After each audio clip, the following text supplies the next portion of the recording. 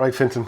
On the hurling this weekend, it's hard to start anywhere other than Galway with the final on this weekend. Mellows against St. Thomas's.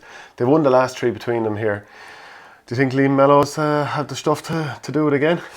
I'd say they were pretty disappointed the way last year's final turned out. Like, you know, I suppose kind of how decisively they were beaten by St. Thomas. You know, it's fair achievement by them to get to a third final in a row, considering that it was, I can't remember the exact, was it 1980? I think it was even back in the 70s. 70s, sorry, like 45 years. 1970, actually, I think you're right, yeah. So, like, you know, there was huge celebrations. I think it went on till December, didn't it, in 2017. And then you would have beaten, wouldn't you, in the All-Ireland semi-final in the following year. Like, but to get to three finals in a row, you know, good achievement by the players. Liam McQueen, who was, you know, in the frame for the Clare job a couple of weeks ago. Could be in the frame for the Galway job. Yeah, it's his third year in a row getting them to the decider, and looked impressive in the semi-final against a team in Capital. They've had a bit of bother with the last couple of years. It was the third year in a row meeting them in a semi-final. That was a good score. I think it was 221 they got. And, you know, like St. Thomas, you know, they've been kind of the breakthrough side in Galway, haven't they, this decade? Kind of big name players they have at their disposal, like David Burke and Conor Cooney. And like, I suppose we've been talking kind of from a football point of view, like teams suffering bad beatings and all in the final days. I mean, St. Thomas went through that against Ballyhale this year, you know, where they really, Ballyhale's forwards just ran riot, didn't they? They did, yeah. So they couldn't hold them at all. So to get back to a Galway final is good going with them. Yeah, and like you mentioned, putting up a good scoreline against Capital for Mellows. Like the fact that what they did against Sarsfields, albeit they were down, Joseph Cooney held them to just a point from play in the entire game. And this is hurling, where like scores are 10 a penny and 6 points overall. They're obviously very good at that end of the field. They've got a good free taker. They're a physical team. Ty Carron is, of course, the player that everyone will think of. David Collins, obviously he'd have a big influence there also. But St. Thomas is like probably have a few more scorers. The fact that you have someone like David Burke midfield, I say he's like, for a guy who's still, I'm not sure the exact age, I'd say he's 29 or 30, he's some amount of miles on the clock at this stage. I'd say he probably, still a brilliant player, by the way. I'd say he probably would have enjoyed maybe the little bit of a break this year. 29. I mean, like they've had such long campaigns with Galway. They've been either to a semi-final or a final every year from 15 to 18. Pretty unusual for them to be kind of knocked out so early this year in the middle of June. But yeah, like they've him, Conor Cooney, but like there's a pretty decent supporting cast there of players like James Regan. Yeah, he played in the 2012 All-Ireland. Yeah, Darragh Burke has a good experience. Éanna Burke has been on the fringes of the panel. Bernard Burke. Another Burke Fintan, if he comes back from injury, I think he's on his way back, isn't he? He looked very impressive last year for the Galway 21s. Towards Cushiat on St. Patrick's Day, wasn't it? I think in the second half of that. Yeah, trying to keep into Colin Fennelly, which is that game against Ballyhale. So you know, it's been kind of, the game's probably becoming kind of thick and fast for them the last couple of weeks, the way the Galway system has worked out. So I'd say they're all both kind of glad of the fortnight break, and I think more than anyone, whoever wins this is going to be the beneficiary of the new system. Because I mean, the Galway final's on the 10th of November. Usually you're not playing until the middle of February, but now they know pretty much the start of the new year that they'll be back out in action. Yeah, and like as I've said before, I just think it's silly at this stage that a Galway team, that one county gets straight into an All-Ireland semi-final, whereas another has to get battered going through their county, then get battered going through a province. But I wonder, like, silly. Will the Leinster counties want them in? Well, like, I'd be more in favour of a open format at this stage. You know, and it is brilliant to win a provincial championship, don't get me wrong, but how good would it be that, let's say there are, you know, not every county is going to be able to put their champion into a senior competition, but let's say we go 16, 17 counties, 16 just for the ease of a draw, and had an open draw. And what started the start of November? And that they'd all have to have their championships finished at the same time. So then obviously the GA would probably have to insist to counties that they have a certain format for their own championship, maybe 12 senior teams per championship, but whatever it would be. I mean, obviously I'm not going to figure that out on the fly in the middle of this podcast. Yeah. But if it then went to an open draw directly out of the county championships, I mean, you'd end up with some amazing ties with teams that would never play each other. It could be absolutely brilliant. It would be class. If you got them all kind of done at the same time, like, you know, it's just the systems, I think, will be the difficulty. The fact that like Galway have a massive amount of senior clubs, don't they? They have an A championship, and then the top four in the B championship come into that. I think it ends up with 20 involved and all that. Yeah. Whereas like Kilkenny and Limerick only have 12 each. Tipperary have a few senior clubs, all right. It it is an issue, isn't it? Like, yeah, but like, I mean, it does have to get to the stage where counties have to realise, okay, we can't have 30 teams going here. And like Tipperary are slowly starting to mutate towards, I think, lowering the amount of teams. And they have done in the last couple of years by bringing in the Seamus O'Riordan Cup, which is like a senior B cup, I suppose, de facto. But I mean, what typifies the situation going on is Galway are having their final at the same weekend that Ulster are having their club hurling final. And that's Dunloy against Slaughtneil. Slaughtneil beat Dunloy a couple of years ago, 118 to 2-8. So after losing to Ballycran by as many as 10 points last year, surely Slaughtneil want to put this right.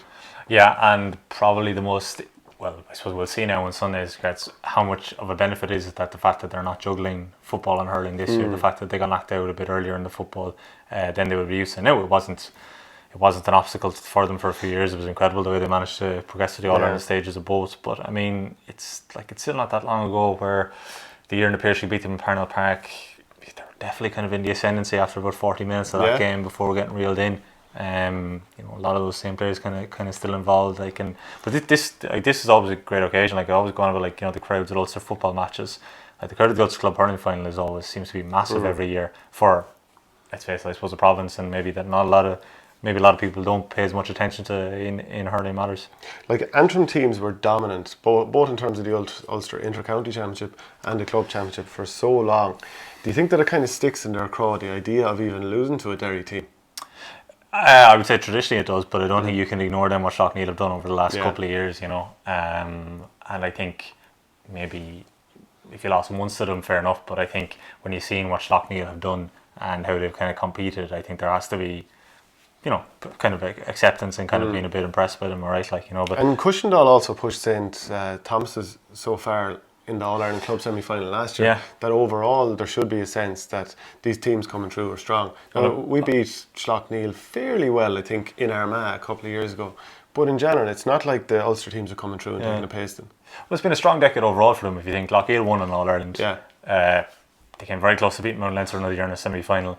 And Cushendall beat Sarsfields at Galway in a semi-final. So it's not like, I suppose in the under-20, under-21 championship, it's kind of been done away with that the Ulster team in an All-Ireland semi-final because they weren't competing and were getting decisively beaten. We saw what happened with Derry and Kilkenny. Was it 52 points? Oh, it was a crazy game. Remember that one? They're more than holding their own when it comes to All-Ireland semi-finals. Okay, there might be a couple of years that they're decisively beaten, but over the decade, when you look at it, like, they've been well worth their place in the last four. If you look at Slaughtneil getting beaten by Ballycran recently and Dunloy battering Ballycran, surely that means they're going to hammer Slaughtneil. Obviously, I'm joking, they're absolutely not. But Gregory O'Kane, who's over Dunloy, he was talking about the manager of Slaughtneil, who's Michael McShane, saying he's from Ballycastle, he's an Antrim man, and he probably sees quite a lot of Dunloy, which I'm sure he would. He also mentioned that McShane could be an Antrim manager in waiting. Right. Obviously, Darren Gleeson doesn't want to hear that, just they haven't been installed, but there you go. Munster Club semi-finals on this weekend. We'll start with Borrisoleigh against Glen Rovers, so the Tip champions against the Cork champions. How would you see that going? As a Cork man with a Tipperary father? I just think the preparation thing for both is probably not ideal. Borrisoleigh, having not won it in so long, 33 years, 7 days later have to turn around and try and play a Munster semi-final. At least they're at home. With a few heavy days of drinking inside them. Yeah, well, celebrations. No, they're boozing hard and heavy, and I've been watching all the Instagram videos and Snapchats. They've had a right little time of it. Like, when do you start thinking about this game? Well, I suppose you're thinking about it, but when do you actually start preparing for it? Like, do you try and do a training session Thursday or Friday, or do you just meet for a chat during the week or whatever? Well, I wasn't down there earlier in the week, but I'd imagine by Monday night, it probably, when you're finishing up there, maybe you've punched yourself out in terms of how much celebrating you can do. I would be guessing there was probably sort of a recovery and like a chat, lads. What do we want to get out of this season? Is there more in us? We're one game away from a Munster final. At the other side, then it's a 3-week break for Glen Rovers, who have lost their county championship. They want to say, look, lads, we've lost to Imekilly, but we don't want to finish the season empty-handed. Yeah, I think maybe it's a bit easier to come through having at least you've won a title. I don't know, does it feel a bit hollow? But at least they've got a cause, whereas for Borrisoleigh, it's kind of like, our main goal, we've achieved it, and then you almost accept that that's our season. Well, you think from the outside you think it's a cause, but you wouldn't be too sure like what the interest levels are like, I suppose at least they won a Munster a couple of years ago, and there was that disappointment when they lost to Ballygunner in the final, and I suppose at least for both there's probably a driving force the fact that it's a semi-final. You know, it's not like they have to go through a couple of rounds to try and get to a final, that they've only one go at it. The other thing is, like, I suppose the Cork champions the last couple of years, Lost in McKilly, have had kind of contrasting fortunes. Like Blackrock were well beaten by the Piershig, and then last year Middleton probably could have beaten Ballygunner down there. Very, very close to them. Got a couple of goals early on and only lost narrowly in the end, and that Ballygunner team obviously went on to win the Munster Championship. So yeah, it's just a tricky one. It's probably not ideal for either manager the way it's gone, but looking at history, so Glen Rovers have been in 1, 2, 3, 4, 5 Munster finals. They've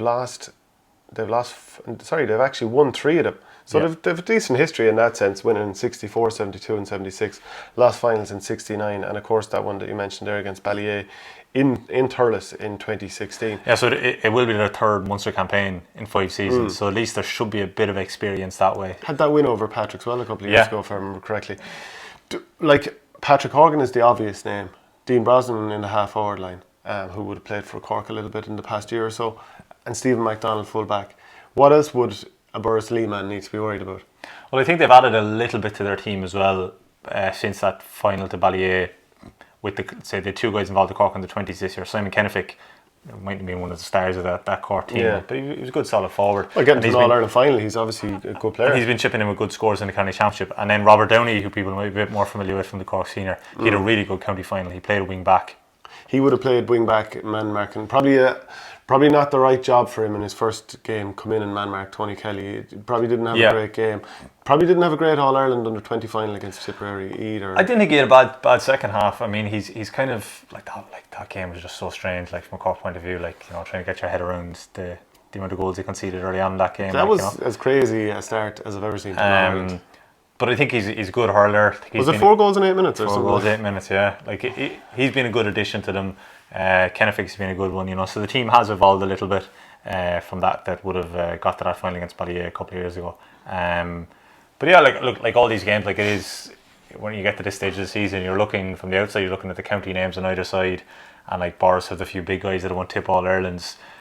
Glen Rovers have like their 3 or 4 that have played Cork senior, and ultimately, if one of them can kind of grab the game with a scruff of the neck and kind of start to dominate, you think it could have a big impact on it.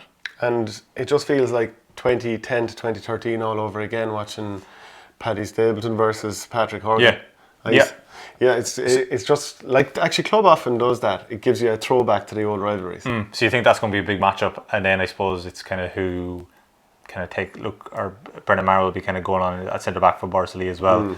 If you were Glen Rovers, would you be looking to put someone on him almost? Maybe not Dean Brosnan, but someone, because you might want him to do some scoring, but someone on him to say, just spoil Brendan Marrow. Yeah. I think that's a good thing, because he drops back really, really well, and like, one thing I noticed about watching the last couple of games we've been down at, like, the length of his striking from defence, like, you know, he gets serious distance on it, and like, you know, that phrase, like, a relieving clearance, like, it really is, like, once he gets it on it, like, there is like that pressure weighted off the defence, because the ball has gone way down the other end of the field. Do you think Patrick Horgan, like, for Paddy to be marking him, he'll have to play in the full forward line? Do you think he'd always, like, you often see him wearing the number 11 shirt? He's going to play in or out? I think he kind of roams a bit more for Glen Rovers. Well, then stand off Brendan Maher maybe and make Brendan worry about him.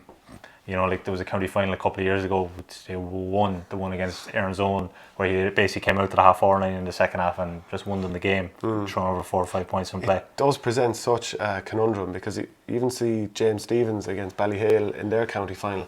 Owen Larkin was centre back for the Village, and he was on TJ Reid, but when TJ Reid went out a certain distance towards midfield, a midfielder was to pick him up, but of course they ended up getting flummoxed, and TJ Reid wins the game for Ballyhale, as do plenty of other players. And I think Boris Lee would probably want to say, if he's inside, Paddy or Seamus Burke, you pick him up. If he's outside, we've got a man marker for him, and I don't care if that means, Brendan, you have to sweep from wing back, but basically there's a man marker on him, because we can't just let him float around and hope someone picks him up. Yeah, I think for this game though, like, aside from, you know, thinking about the opposition and trying to manage them as you would for these games, I think given the circumstances, both sides need to try and get their own kind of mentality and their focus right. Yeah. Given the fact Bursley only coming 7 days after it, and Glen Rovers, you know, it feels like when you lose a county final, it feels like the end of the season, and trying to kind of pick yourself up, albeit they've had a few weeks to kind of maybe get back into it. So I think it's, you know, our suppose whoever's kind of really set for this and whoever kind of really, really wants it. But the fact, like, it's a massive opportunity. The fact that the way the draws worked out, you win this, then you have 2 weeks to prepare for Munster final. Yeah, because the other semi-final is Ballygunner against Patrickswell. It's just star man after star man. You know, are you going to look? If you look at one side in Patrickswell, managed by Kieran Carey, as big a name as you'll get, and in that team you've got Keane Lynch, Dermot Burns, Aaron Gillan. Yeah. I mean, other side then, Philip Mahoney, Pádraig Mahoney, Desi Hutchinson's a new star. Stephen O'Keefe in goal. Stephen O'Keefe in goal. Barry Coughlin, former Waterford fullback, former captain Shane O'Sullivan for Waterford also. So it's kind of one of those ones that easily lends itself to headlines. Yeah, and it's kind of no surprise it's the live game on TG Carter on Sunday. And this always was the kind of side of the draw with Waterford, Clare and Limerick on it that looked like it had huge potential. And then given the fact that the teams that came out of their respective counties and the players they had involved, and you know, Ballygunner are coming off it after such a brilliant win last Sunday. Patrickswell, I mean, it's nearly a month, isn't it, since the Limerick final? But that was obviously a massive one for them to kind of get over in a Piercing. And they were pretty disappointed a couple of years ago. Like their first day out, losing to Glen Rovers. I really fancied them to win that. Playing at home. You know, I think they kind of felt they let themselves down a little bit in that game, you know. I suppose for most of them, that was their first county final win, like, you know. For Aaron Gillan too, who had broken his jaw. Yeah. That it's probably, and I know he played in the county final, but it's probably great for him that he's had a bit more time to make sure it's healed properly and just get back up to speed again, because he would have missed a lot of training. Yeah, absolutely. It's going to be just like it's sometimes you see in these games though, it's maybe kind of one of the other forwards, like I think Kevin O'Brien is a really, really good player for Patrickswell. Like solos up the centre regularly, and like if you've got someone putting you on the back foot there, goal situations are going to happen, aren't they? Yeah, Aaron Gillan's brother is Jason, I think, is quite good scoring shot as well. And then Ballygunner, you know, like you've Peter Horgan, you've Conor Power to come off the bench.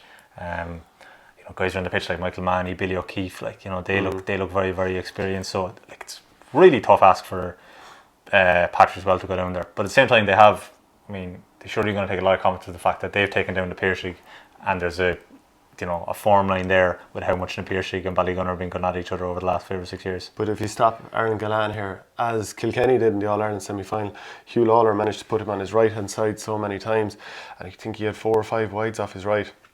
So he obviously likes to receive the ball to the left-hand side of the goal, at his back, just to the left of the goal, and turn and shoot off his good side. Over his shoulder. Yeah, so like surely Ballygunner are going to understand, number one, we know the area we need to fill because that's where he likes to receive the ball, and number two, we need to try and get him on his right-hand side. And I think the key player there will be like whoever's on him inside, but I imagine Philip Manny's going to be a double marker there. Once the ball goes over his head, that he'll be there, and like, or else he'll be intercepting the clearances. Like, he just does so much important work for them, and I just think he kind of controls that zone kind of between the half back line, full back line, and protects it really well, and just gets on a lot of ball. And you know that kind of hand pass he does kind of over kind of from head height. So I think he's going to be a really important part of that kind of defensive plan to kind of stop Gillan. And of course it does mean that if someone else has been double marked or heavily watched, there should be space for someone else, and this is precisely why so often you have a man of the match on a big day, someone who's kind of unheralded because they're not being marked as tightly. It's not as simple as because they're unbelievably amazing player. It is because they're not really getting marked that much. So that'll be an absolutely brilliant game. Just a couple of other games that won't be as heralded this weekend. We're not going to go into them in detail now, but Mike, is it Micheál Brannocks from Galway or Michael Brannocks? Micheál Brannocks. Micheál Brannocks from Galway against Naomh Eoin of Sligo. That's in Bacon in the Connacht GA Centre, 2 o'clock on Sunday. So Naomh Eoin, they beat Carrick in Markovitz Park 17 points to 11, 2 weeks after claiming their first ever Sligo title. So that would be huge for them to win the Connacht final. The Ulster Club intermediate final, Owen Rua of Tyrone against Naomh Eoin of Antrim, and then finally the Ulster Club junior final, Owen Rua of Derry against Newry Shamrocks of Down. So I think that's about the height of it, is it? That's it. Yeah, that's it for Club Hurling. If there's that we missed, let us know, and don't forget to follow us on YouTube.